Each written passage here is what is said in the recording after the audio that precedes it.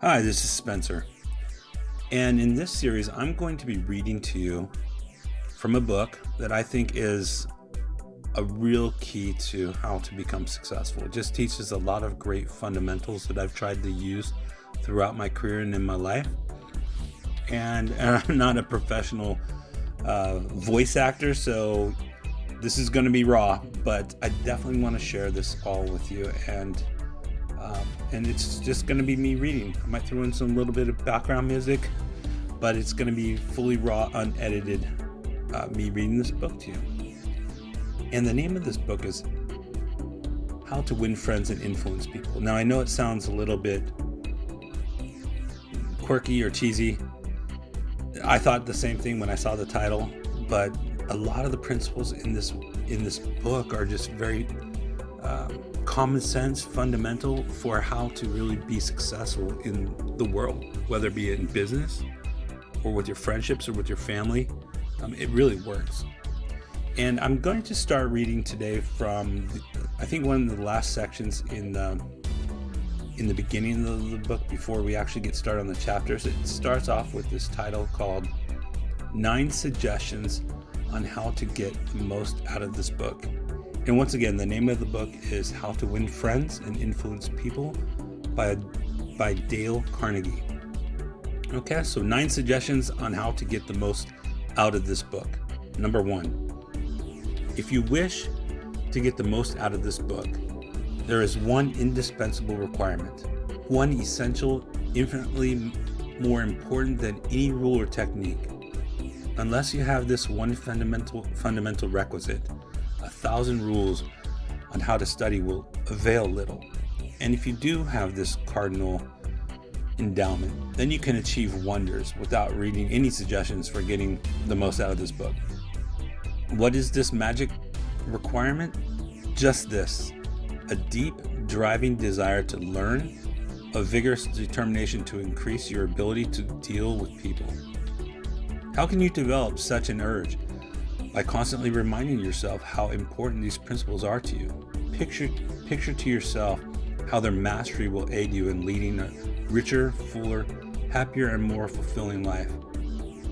Say to yourself over and over, my popularity, my happiness, and sense of worth depend to no small extent upon my skill in dealing with people. Number 2, read each chapter rapidly at first. Well, I'm not going to read it rapidly, and you're going to hear my commentary throughout this. So read each chapter rapidly at first to get a bird's eye view of it.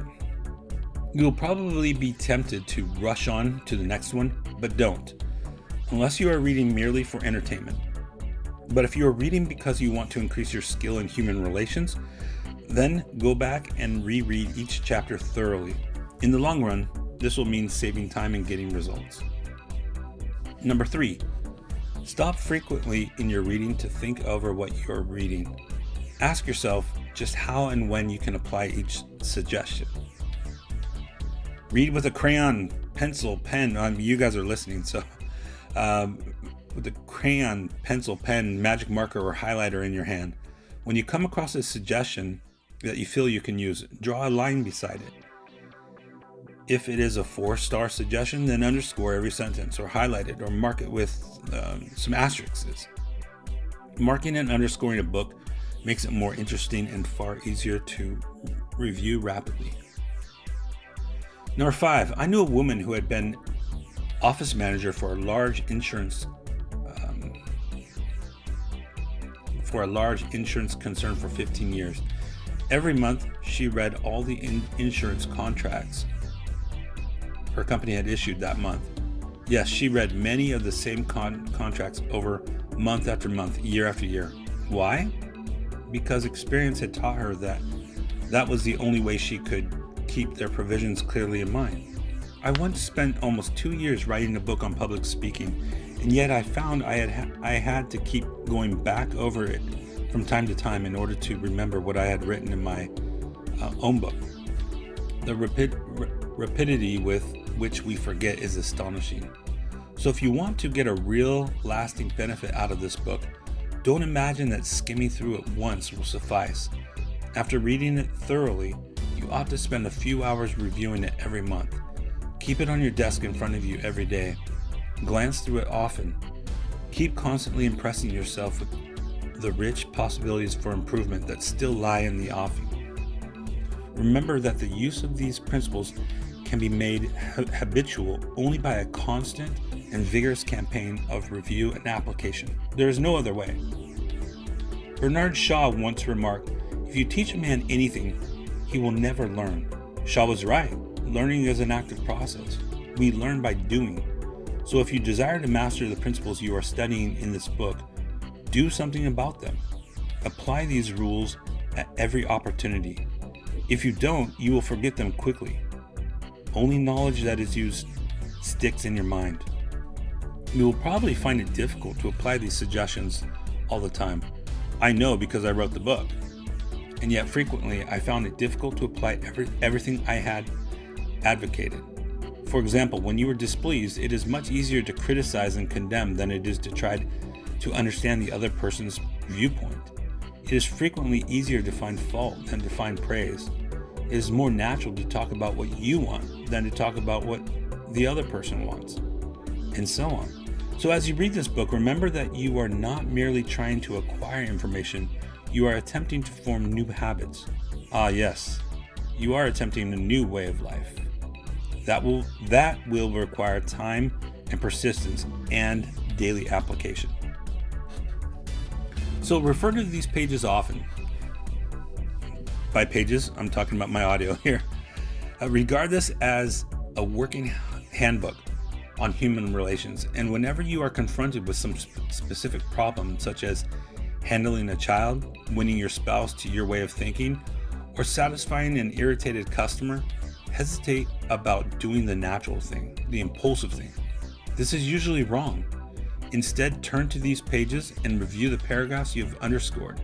Then try these new ways and watch them achieve magic for you. Number 7, offer your spouse, your child, or some business associate a dime or $1 every time he or she catches you violating a certain principle. Make a lively game out of mastering these rules. Number 8, the president of an important Wall Street bank once described in a talk before one of my classes a highly efficient system he used for self-improvement.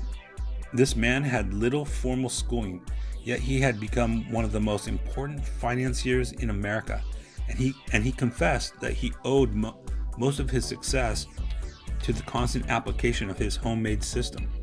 This is what he does. I'll put it in my own words as accurately as I can remember. For years, I have kept an engagement book showing all the appointments I had during the day. My family never made any plans for me on Saturday night, for the family knew that I devoted a part of each Saturday evening to the illuminating process of self-examination and review and appraisal. After dinner, I went off by myself, opened my engagement book, and thought over all the interviews, discussions, and meetings that had taken place during the week. I asked myself, what mistakes did I make that time? What did I do that was right? And in what way could I have improved my performance? What lessons can I learn from that experience? I often found that this weekly review made me very unhappy. I was frequently astonished at my own blunders. Of course, as the years passed, these blunders became less frequent. Sometimes I was inclined to pat myself on the back a little after one of these sessions. This system of self-analysis, self-education, continued year after year, did more for me than any other one thing I have ever attempted. It helped me improve my ability to make decisions, and it aided me enormously in all my contacts with people. I cannot recommend it too highly. Why not use a similar system to check up on your application of the principles discussed in this book? If you do, two things will result. First, you will find yourself engaged in an educational process that is both intriguing and priceless. Second, you will find that your ability to meet and deal with people will grow enormously. Number 9, you will find at the end, see what I mean by raw? I'm coughing. You will find at the end of this book blank pages on which you should record your triumphs in application of these principles. So in your case, it's going to be a notebook, right? Be specific. Give names, dates, results. Keep such a record.